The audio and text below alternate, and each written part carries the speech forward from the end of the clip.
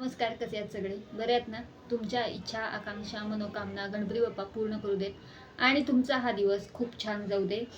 तर आपण अभंग आणि देवींची माहिती आपण बघतच आहोत. पण आता मार्गशीर्ष महिना चालू आहे आणि मार्गशीर्ष महिन्यातले गुरुवार तुम्ही सगळेजण करत असाल. पण मार्गशीर्ष महिन्यातला पहिला गुरुवार झालेला आहे. पण तरीसुद्धा तुम्ही देवीची पूजा केली असाल. पण या दुसऱ्या गुरुवारची सुद्धा मी पूजा कशी करायची यथासांग ते मी तुम्हाला सांगते. तर पहिल्यांदा प्रथम लवकर उठून गुरुवारी स्नान करावं. त्यानंतर व्रताचा संकल्प करावा. महालक्ष्मीचा घट म्हणजे घट मांडण्यापूर्वी ती जागा जिथं तुम्ही मांडणार आहात ती जागा स्वच्छ करून पाटाभोवती रांगोळी काढावी. पाटावर लाल कापड किंवा कोणतेही कापड तुम्ही घालू शकता. ठेवून तांब्याचा कलश ठेवावा. कलशाला हळदी कुंकू लावावे. कलशात पाणी घालून त्यात दुर्वा, नाणं, सुपारी घालावी. कलशावर आंब्याची पाने ठेवावी. त्यावर नारळ ठेवावा. बाजारात देवीचे मुखवटे मिळतात. नारळाला तो मुखवटा तुम्ही लावू शकता किंवा नाही लावला तरी चालू शकतो. देवीची पूजा करताना तुम्ही फोटो असेल तर ठेवा किंवा नाही नसेल तरीसुद्धा महालक्ष्मीचा फोटो नसेल तर ठेवू नका. असला तर खूप छान. कलशापुढं आपण कलश ठेवतो, त्याला दागदागिने आपण घालतो.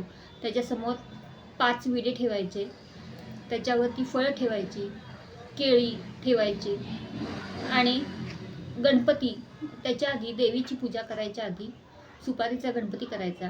त्याला 5 मण्यांचं वस्त्र घालायचं, लाल फूल घालायचं, गंध अक्षता व्हायच्या, गणपतीची पूजा करून घ्यायची. आणि गणपतीची पूजा करून घेतल्यानंतर तो गणपती जेव्हा आपण गणपतीची पूजा करतो सुपारीच्या त्याच्या खाली थोडेसे तांदूळ ठेवायचे आणि त्याच्यावरती तो सुपारीचा गणपती ठेवायचा. तसंच जेव्हा आपण कलश ठेवतो कापडावरती, कापड घातल्यानंतर थोडा तांदळाची रास म्हणजे थोडा तांदूळ पसरून ठेवायचा आणि त्याच्यावरती कलश ठेवायचा तो. आणि मग त्यात सगळं नाणं, दुर्वा वगैरे घालून आंब्याची ढाळी, आंब्याची पानं ठेवायची आणि त्याच्यावरती नारळ ठेवायचा. त्याच्या पुढे मी सांगितल्यासारखं 5 विडे ठेवायचे, फळं ठेवायची म्हणजे सफरचंद तुम्हाला जी अवेलेबल आहेत ती ठेवा, केळी ठेवायची आणि गणपतीला गूळ खोबऱ्याचा नैवेद्य दाखवायचा. नंतर देवीची विधिवत पूजा करायची. देवीला सुद्धा म्हणजे कलशाला सुद्धा 7 मण्यांचं वस्त्र घालायचं, फुलं घालायची आणि महालक्ष्मी या देवी सर्वभूतेषु या देवी सर्वभूतेषु लक्ष्मीरूपेण संस्थिता नमस्तस्यै नमस्तस्यै नमस्तस्यै नमो नमः असं म्हणत देवीची पूजा करायची. त्यानंतर तुम्ही जो नैवेद्य केलेला असतो तर त्याच्या आधी महालक्ष्मीची पूजा झाल्यानंतर महालक्ष्मीची कथा वाचायची. नंतर नैवेद्य दाखवायचा. तुम्ही जो काही गोडाचा नैवेद्य केला असेल तो दाखवायचा आणि आरती करायची. अशी ही मार्गशीर्ष महिन्यातली पूजेची मी मांडणी तुम्हाला कशी करायची किंवा पूजा कशी करायची हे तुम्हाला सांगितलं आहे. तर अशी तुम्ही पण करू शकता. तर माझी ही पूजा कशी करायची हे तुम्हाला माहीत आहेच, पण तरीसुद्धा मी तुम्हाला या व्हिडिओमध्ये मी तुम्हाला सांगितलं. तर माझा हा व्हिडिओ कसा वाटला किंवा हाचा भाग कसा वाटला ते मला सांगा.